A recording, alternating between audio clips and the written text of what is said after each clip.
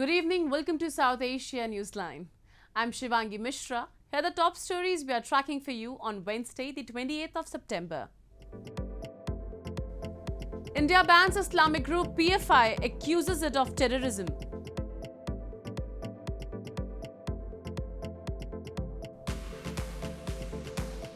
Ishaq Dar takes oath as Pakistan's new finance minister, vows to tame inflation.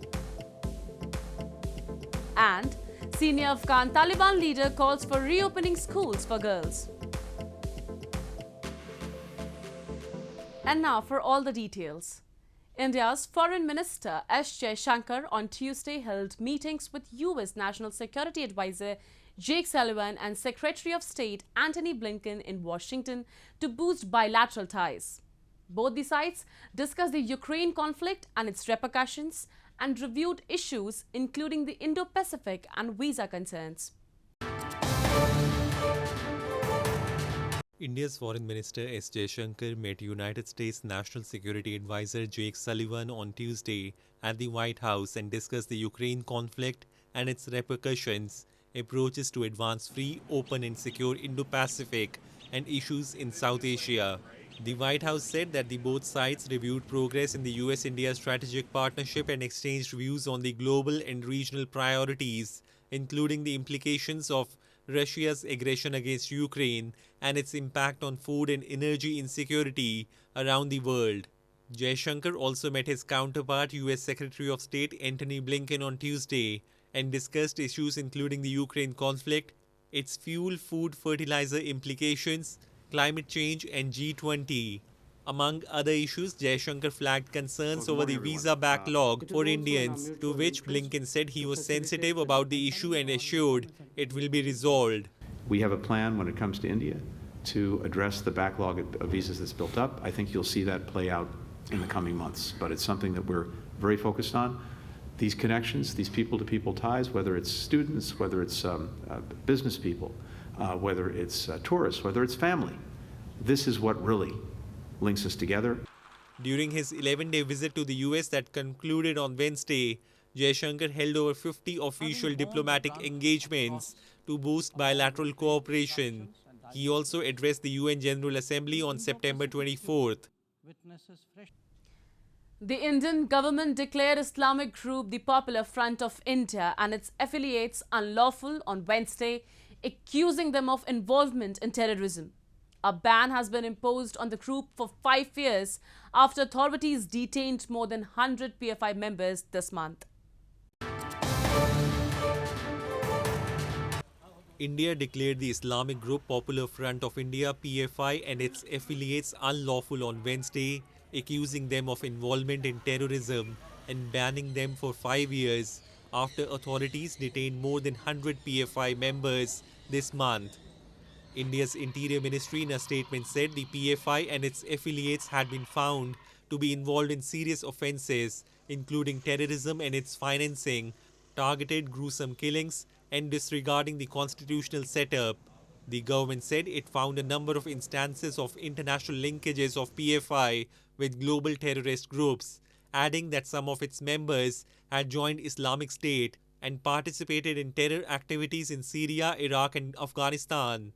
While the PFI members called the move a propaganda, firebrand Muslim leader Asaduddin Owaisi said it is a ban on any Muslim who wishes to speak his mind.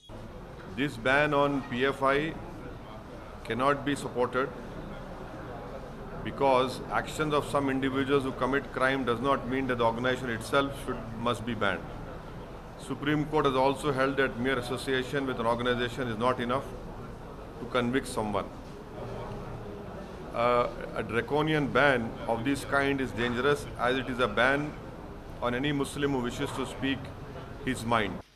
Meanwhile, members of the regional Maharashtra Navnirman Sena party welcomed the move by bursting firecrackers and distributing sweets in Pune city.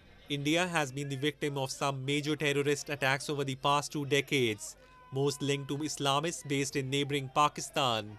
Earlier on Tuesday, the PFI had denied accusations of violence and anti-national activities when dozens of its members were detained in various states. The PFI has supported causes like protests against a 2019 citizenship law that many Muslims deem discriminatory, as well as protests in Karnataka state this year demanding the right for Muslim women students to wear the hijab in class. Senior PMLN leader Ishaq Dar takes oath as Pakistan's new finance minister on Wednesday and vowed to rein inflation and cut interest rates amid the country's worst economic crisis. Opposition leader Imran Khan has called Dar the biggest conman of Pakistan and said the national treasury has been handed over to an absconder who fled the country to save himself from a conviction in a corruption case. Pakistan Prime Ministerial aide and senior PMLN leader Ishaq Dar took oath as Pakistan's new finance minister on Wednesday for the fourth time as the country struggles to resurrect its cash-strapped economy, also hit by unprecedented floods. The 72-year-old leader had been in self-exile in the UK since 2017 after being accused in a corruption case. He said that he will work to rein in inflation and cut interest rates and promised a strong response to resolve the country's worst economic crisis.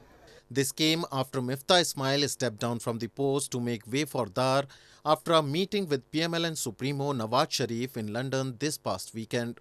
Opposition PTI party chairman and former Prime Minister Imran Khan earlier on Tuesday called Dar the biggest conman of Pakistan and said the national treasury had been handed over to an absconder. He said the country, which was progressing fast after 17 years during the PTI government's tenure, is now on the verge of bankruptcy under PMLN rule.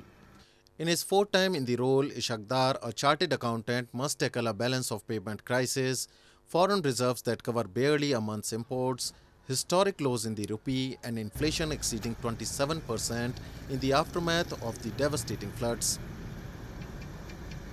Moving on. Experts and human rights activists discuss the proliferation of terrorist organizations in the South Asia region, especially in Pakistan, on the sidelines of the UNHRC session in Geneva this week.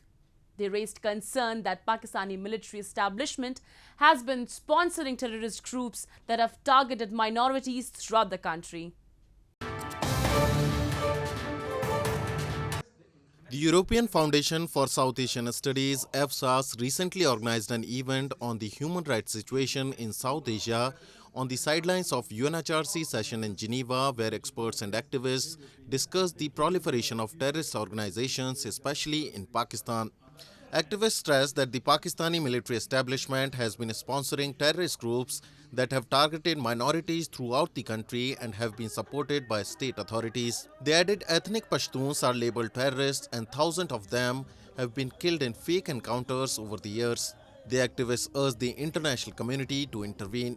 In the recent days, you people have seen like Pakistani military establishment or the secret agencies has started a controversial negotiation with Taliban Pakistan, who are directly involved and who have confessed the brutal killing of innocent Pashtuns in thousands of numbers, and because of their brutality, thousands people have been internally displaced and they have lost their businesses, their properties, their land.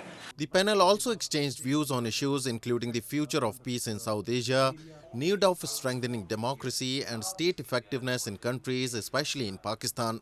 On the sidelines of the UNHRC session, activists from the region also held demonstrations and urged the international community to take note of grim human rights situation in Pakistan and its sponsorship of terrorism.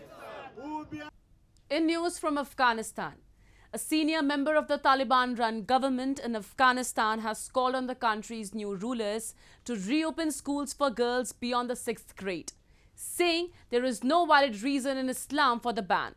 The rare moderate voice comes amid harsh measures imposed by the Islamic Emirate since they seized power last year.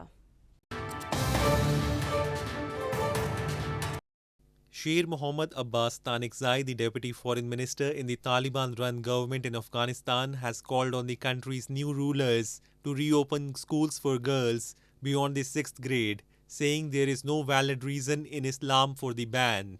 The rare moderate voice came during a Taliban gathering in Kabul on Tuesday amid the harsh measures imposed by the Islamic Emirate since seizing power in August 2021.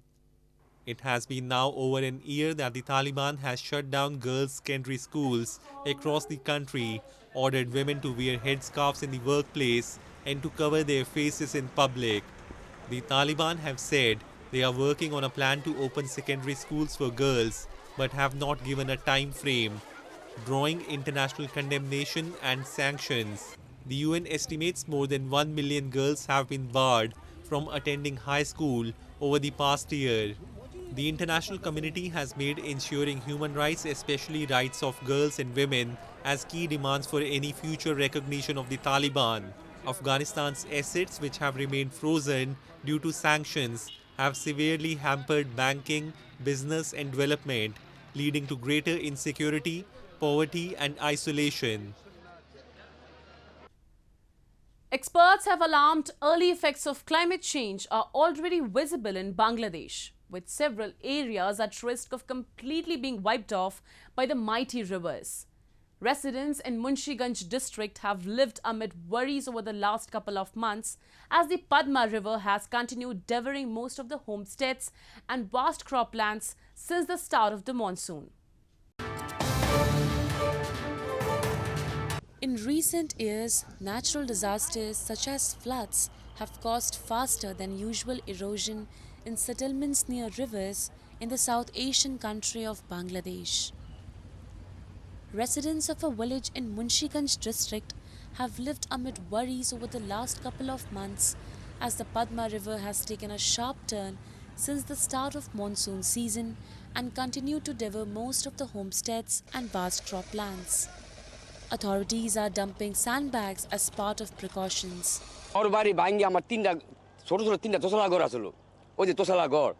আমার ঘরবাড়ি সব ফিটফাট আসলো সব আমার নদী নিয়া আমি অন ফতর ভিখারি এই আমার এই ঘরবাড়ি নিয়ে এক জায়গা খালি জায়গা চর নিয়ে বুড়াই তুইছি এটা আমি কেমনে তুলমু কেমনে বাসগুন এটা আমার মাথায় খেলাইতেছে না Bangladesh has one of the largest and the most disaster-prone populous deltas in the world. A government assessment has forecast at least 17 areas across 12 districts are at risk of completely being wiped off, indicating early signs of climate change. Following the devastating June-July floods this year, around 974 homesteads were reportedly devoured by the Jamuna River alone in the Sirajganj district. The World Bank said in a report last year that Bangladesh will have more than 19 million internal climate refugees by 2050, representing almost half of the projected number for the entire South Asian region. As people revel in the pomp and glory of Hindu festival of Durga Puja in India's West Bengal state, a pandal or marquee in Kolkata city is depicting the lifestyle and hurdles faced by sex workers. Organizers say they hope that this will bring a change in the people's approach towards them. People are flocking pandal or marquees, with one of them symbolizing the lifestyle and hurdles faced by sex workers in India's eastern Kolkata city as they revel in the pomp and glory of Hindu festival of Durga Puja dedicated to goddess Durga. The themed pandal has installed India's first silicon idol of a deity depicting a mother, through which the organizers have tried to convey that even a sex worker has the form of a mother. It is grabbing many eyeballs and people are welcoming the concept. The organizers said they hope that this will help bring a change in the people's approach towards sex workers. Prostitute को बहुत ज़्यादा आइन है, उनके लिए law किया है government, high court, supreme court बहुत आइन चुका है, लेकिन उनको वास्तव क्षेत्रों में उनको बहुत प्रतिकूल परिस्थिति है.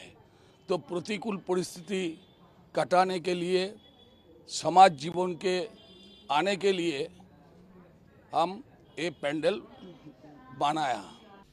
Another pandal or temporary festive installment in the city resembled the iconic Sheesh Mahal or glass palace with its interior covered in mirrors. While Navratri is a 9-day festival dedicated to goddess Durga and her various incarnations, Durga Puja is celebrated in eastern parts of India during the last 5 days of Navratri. Well, that's all we have for you from South Asia this evening. Now our viewers can watch the show on SouthAsiaNewsline.com. You can also visit us on Facebook.com/SAsiaNewsline and follow us on Twitter at @SAsiaNewsline. That's all in tonight's edition. We will see you same time tomorrow. Good night.